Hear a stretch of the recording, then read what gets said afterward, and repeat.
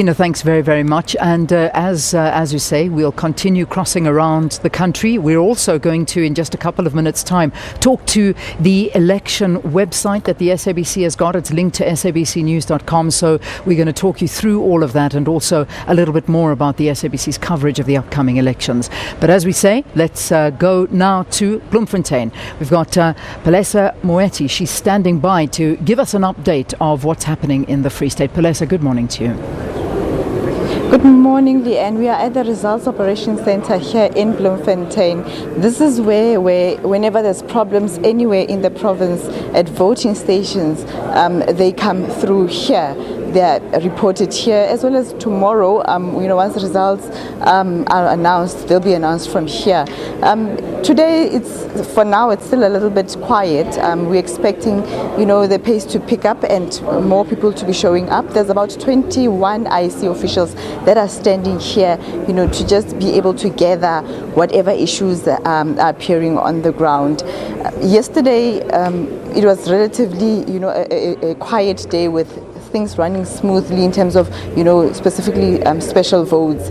But there were areas where we've heard reports that there were challenges, and these are the areas that were previously identified as hotspots, and they're namely your Marquardt as well as Viljoenskroon. But just to talk to us about exactly what happened in those areas yesterday is the Provincial Electoral Officer, Ntate Jabulani Chabalala. Ntate Chabalala, thank you very much once again for talking to us today. Thank you. Just take us through what has transpired in Marquardt and Viljoenskroon. We are told that in Marquardt last night, the community started marching or protesting, but the situation was quickly diffused by the SAPs that were deployed there. And my conversation with the general this morning, I was told that a large contingent of SABC members were sent there just to make sure that everything is in order. What actually happened in Viljoenskroon also happened last night, immediately after we closed our voting stations. One of our voting stations, which happens to be a community hall, the side part of it was burnt down with some few of our materials, but not sensitive materials, I must hasten to mention. But I'm told today the larger part of the hall will be able to be used again. I understand that with the special votes, about 22,000 have already been covered. Special voters have already been able to cast their votes. But just take us through, what is expected today, and also maybe also just more specifically, are you happy with the turnout so far?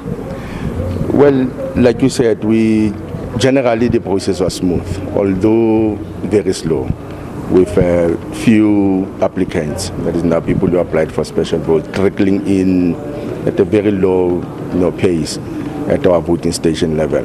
But when it comes to home visit, I must say we performed relatively well, because 80% of the doors that we are supposed to knock at, we managed to knock at those doors.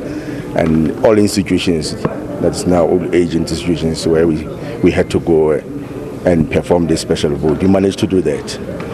So we are happy insofar as home visit is concerned. For those people who were supposed to come to our voting station, and for whatever reason they couldn't come, they still have a chance for tomorrow to come. Even today, we open voting station from 9 until 5 o'clock. They can always come.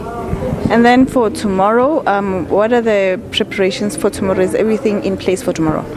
Well, yesterday and today was a dry run, just a curtain raiser. At least it gave us a sense of where we are in terms of our logistics, in terms of our staffing. So everything seems to be in good order. We are ready, I must say. Yes. And then in Viljoenskroon, where that hall burned, will your staff be able to still operate from those premises? It's open as we speak. People are still operating. Like I said, only the side hall was burnt. So the larger part of the hall is still usable, and we are using that particular area as our voting station.